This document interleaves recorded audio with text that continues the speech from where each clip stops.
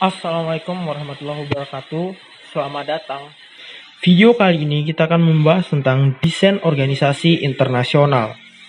Desain organisasi bisa diartikan sebagai komponen struktural dan konfigurasi yang digunakan untuk mengelola organisasi secara keseluruhan.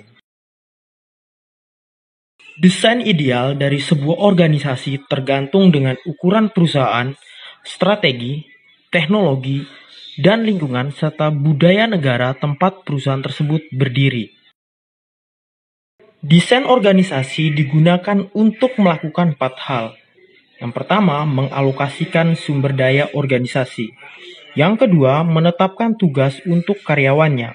Yang ketiga, memberitahu para karyawan tentang aturan dan prosedur yang berlaku di perusahaan dan harapan perusahaan terhadap kinerja karyawan. Yang keempat, mengumpulkan dan mengirimkan informasi yang diperlukan untuk memecahkan masalah, membuat keputusan dan pengendalian organisasi yang efektif. Dan ada satu tambahan lagi untuk perusahaan multinasional adalah mengelola sejumlah informasi antara kantor pusat perusahaan dan berbagai anak perusahaan yang tersebar di seluruh dunia. Dan setiap perusahaan global harus mampu mengintegrasikan 3 jenis pengetahuan guna bisa bersaing dalam lingkungan bisnis internasional. Yang pertama, pengetahuan area, yaitu pengetahuan manajer untuk memahami kondisi budaya, komersial, sosial, dan ekonomi negara tujuan investasi, di mana perusahaan tersebut akan melakukan bisnis. Kedua, pengetahuan produk, yaitu pengetahuan untuk memahami faktor-faktor kebutuhan pelanggan, persaingan, pengetahuan perusahaan dalam memproduksi dan menjual produknya. Dan yang ketiga, pengetahuan fungsional, yaitu pengetahuan untuk mengendalikan fungsi-fungsi manajemen, seperti fungsi produksi, pemasaran, keuangan, akuntansi, sumber daya manusia, teknologi, dan sebagainya. Perusahaan multinasional biasanya mengadopsi salah satu dari 3 filsafat manajerial, yaitu pendekatan dalam menggunakan sumber daya yang digunakan dalam desain organisasi internasional. Yang pertama adalah pendekatan etnosentris, yaitu sebuah keyakinan bahwa praktik kerja yang baik adalah yang dimiliki oleh negara asal perusahaan tersebut, atau bisa dibilang dengan home country. Para manajer yang berpandangan etnosentris memiliki keyakinan bahwa orang-orang dari negaranya lah yang terbaik dalam mengambil keputusan dalam bisnis yang ia lakukan. Yang kedua, pandangan polisentris. Pandangan polisentris berkeyakinan bahwa praktik kerja yang baik di setiap negara tentu bisa dilakukan dengan berbeda cara dan berbeda cara pemahamannya. Maka, mempersilahkan karyawan dari negara tuan rumah adalah hal yang terbaik yang dilakukan oleh perusahaan. Yang ketiga, pandangan geosentris. Pada pandangan geosentris berorientasi secara global, di mana seluruh sumber daya memiliki kesempatan yang sama untuk mengisi posisi-posisi penting dalam perusahaan untuk memenuhi kebutuhan global. 5 bentuk yang paling umum dari desain organisasi global. Yang pertama, desain produk global, yaitu perusahaan membuat desain yang bertujuan menjual produk secara global dan pemasaran secara global. Desain produk global membuat efisiensi dalam produksi karena manajer bebas untuk memproduksi produk dimanapun dengan biaya produksi yang paling rendah. Selain itu, divisi perusahaan bisa berfokus pada satu kelompok produk yang memungkinkan perusahaan bisa lebih bersaing secara global. Ditambah lagi apabila perusahaan mampu menambahkan teknologi baru ke dalam produk-produk mereka terhadap perubahan yang ada di pasar. Yang kedua, desain area global, yaitu membagi kelompok-kelompok kerja berdasarkan wilayah geografis tertentu.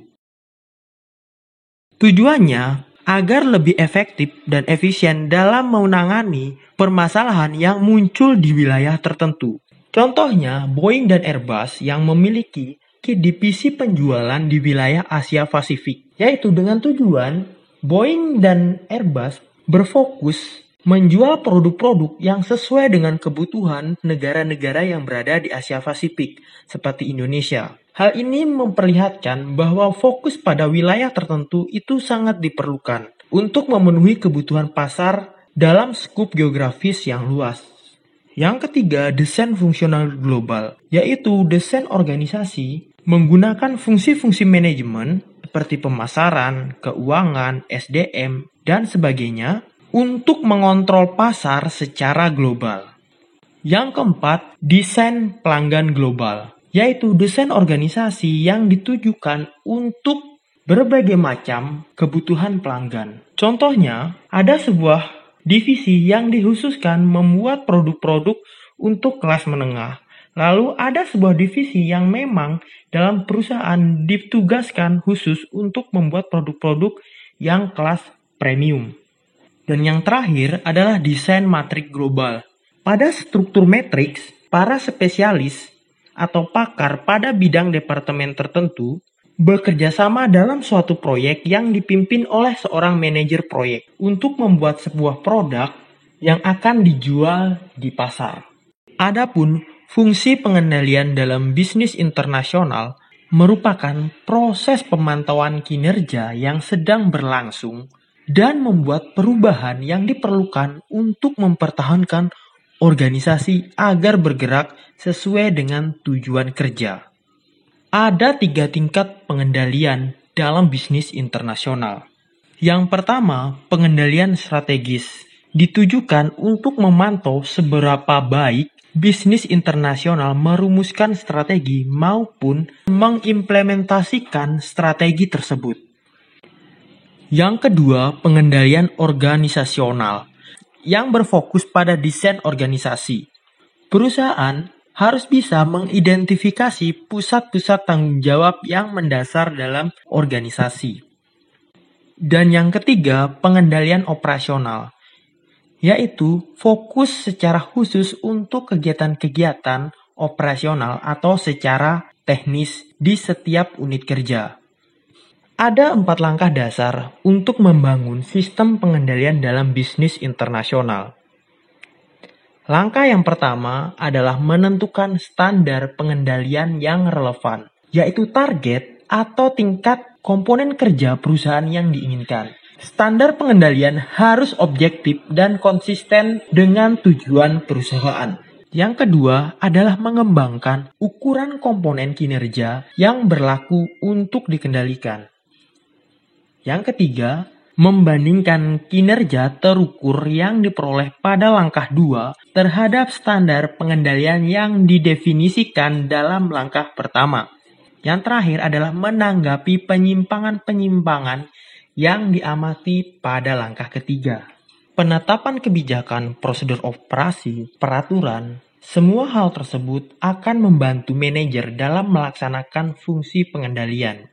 Karena selama perusahaan berdiri, para investor, pemerintah, dan pemangku kepentingan yang lainnya akan selalu memantau performa dari sebuah organisasi dan membandingkan dengan organisasi yang lainnya. Sehingga fungsi pengendalian bisa mengembalikan kepercayaan para stakeholder.